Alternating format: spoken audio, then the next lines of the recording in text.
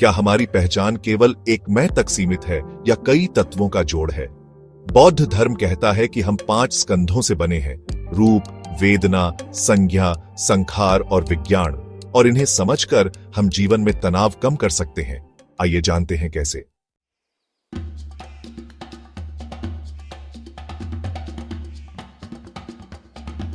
नमस्कार, आज हम सीखने वाले हैं कि 5 स्कंध रूप, वेदना, संज्ञा, संखार और विज्ञान हमारे अनुभवों को कैसे संचालित करते हैं। इनके जरिए हम समझेंगे कि हमारे मैं का एहसास स्थायी नहीं बल्कि निरंतर बदलता प्रवाह है। इसके अलावा हम इनका व्यावहारिक इस्तेमाल भी जानेंगे, ध्यान, माइंडफुलनेस और मानसिक स्वास्थ्य के संदर्भ में। चलिए शुरू करते हैं। ये 5 स्कंध पहली बार सुन रहे हैं या पहले से जानते हैं? कमेंट में शेयर करें।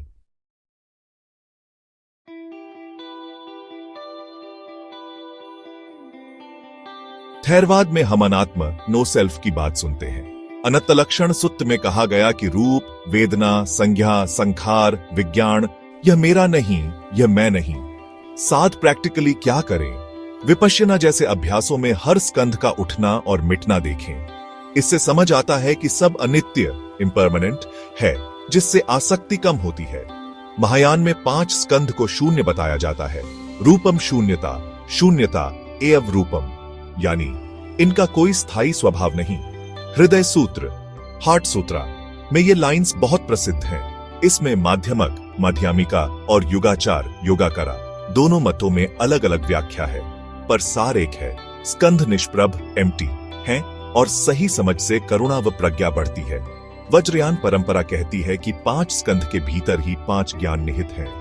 रूप से वैरोचन बुद्ध, वेदना से रत्न संभव, संज्ञा से अमिताभ, संखार से अमोघ सिद्धि, विज्ञान से अक्षोभ्य जुड़े हैं। तांत्रिक साधना में इन्हें ट्रांसफॉर्मेशन, रूपांतरण कहा जाता है, जो क्लेश जनित स्कंध को ज्ञान में बदलने की कला।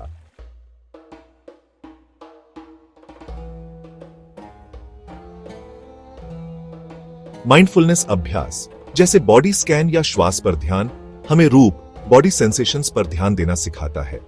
वैज्ञानिक शोध बताते हैं कि शारीरिक संवेदनाओं को देखें, जैसे दर्द या खुजली, तो हम उनमें उलझे बिना उन्हें जैसा है वैसा स्वीकार करना सीखते हैं।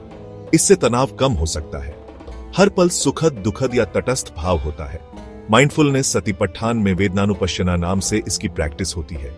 जब भी कोई भावना आती है उसे लेबल करें, यह सुखद है, यह दुखद है। बस इतना रजिस्टर करना भी बड़े बदलाव ला सकता है। हम लगातार पहचान और लेबलिंग में व्यस्त रहते हैं। ये मीठा है, ये दुश्मन है। माइंडफुलनेस ये नोट करने को कहती है कि अभी लेबल लग रहा है। ऐसा करने से हम गलत धारणाओं या पूर्वाग्रहों में कम फंसते हैं।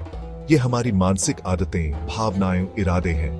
माइंडफुलनेस हमें दिखाती है कि जब क्रोध या ईर्ष्या उठता है तो वह बस एक संखार है, उसे स्वचालित ढंग से पालन करने की जरूरत नहीं। इससे प्रतिक्रियाओं को बदलना संभव होता है। यह मूल चेतना है। माइंडफुलनेस मेडिटेशन में हम समझते हैं कि विज्ञान बस जानने का एक स्पेस है, जिसमें सभी अनुभव, रूप, वेदना इत्यादि आते जाते हैं। यह बड़ा लिबरेटिंग होता है। हम खुद को विचारों से अलग देख पाते हैं। इन 5 स्कंधों को ध्यान में रखना हमें हमारे अनुभवों को टुकड़ों में देखने में मदद करता है। मैं या मेरा की पकड़ ढीली होती है, जिससे क्लेश कम होता है।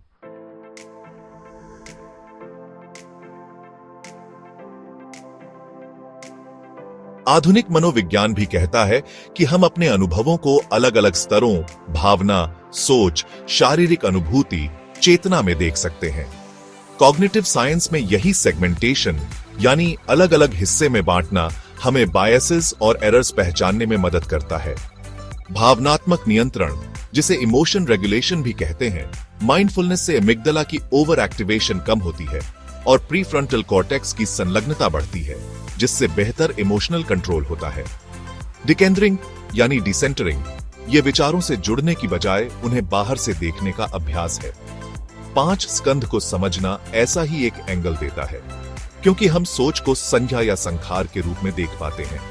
Self referential brain activity, region जैसे डिफॉल्ट मोड नेटवर्क DMN कम सक्रिय होता है जब हम अनात्म जैसी दृष्टि अपनाते हैं।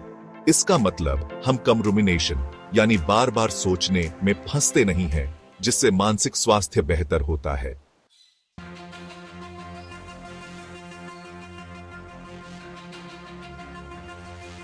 तो रोजमर्रा में कैसे प्रयोग करें? बॉडी स्कैन हर दिन 5 से 10 मिनट पैर से सिर तक शरीर की संवेदनाओं पर ध्यान दें। रूपा पर फोकस से शरीर के संकेत पहचान में मदद मिलेगी। वेदना अवलोकन कुछ क्षण दिन में रोक कर देखें। क्या यह सुखद, दुखद या तटस्थ है? बस लेबल कर दें। यह कदम भावनात्मक प्रतिक्रिया को हल्का करता है। विचारों को संझा या संखार की तरह देखें।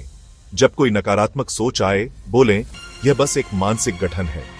इससे विचार पर पकड़ कम होगी। साक्षी भाव, कॉन्शियस अवेयरनेस।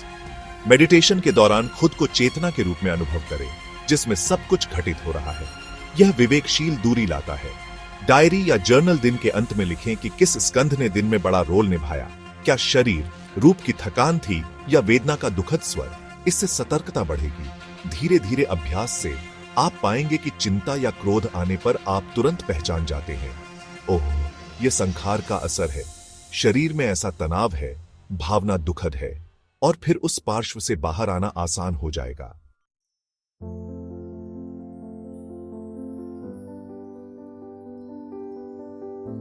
पांच स्कंधों की अवधारणा दर्शाती है कि हम एक गतिशील प्रक्रिया हैं, कोई स्थायी आत्म नहीं, बल्कि निरंतर बदलते रूप, भाव, विचार। इससे जुड़ी समझ हमें दैनिक जीवन में सफरिंग कम करने और समझ बढ़ाने में मदद करती है। थेरवाद में इसे अनंत लक्षण से जोड़ा जाता है, महायान में शून्यता से, वज्रयान में रूपांतरण से। अंतिम संदेश एक ही, जब हम इन स्कंधों की अल्पकालिक और निर्बाध प्रकृति को देखते हैं तो हम अपने तनावों से थोड़ा मुक्त हो जाते हैं। आपको 5 स्कंधों में सबसे दिलचस्प कौन सा लगता है? कमेंट कर बताइए।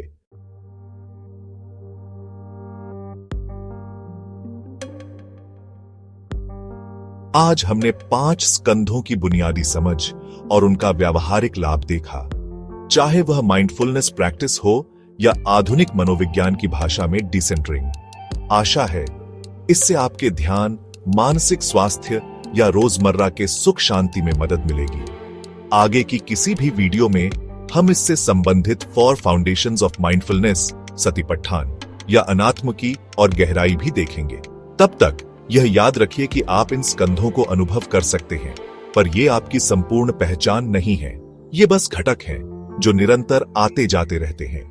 अगर ये वीडियो अच्छा लगा हो तो लाइक कीजिए, शेयर कीजिए और सब्सक्राइब करना न भूलें। आप सभी का बहुत बहुत धन्यवाद और हम मिलेंगे अगली बार।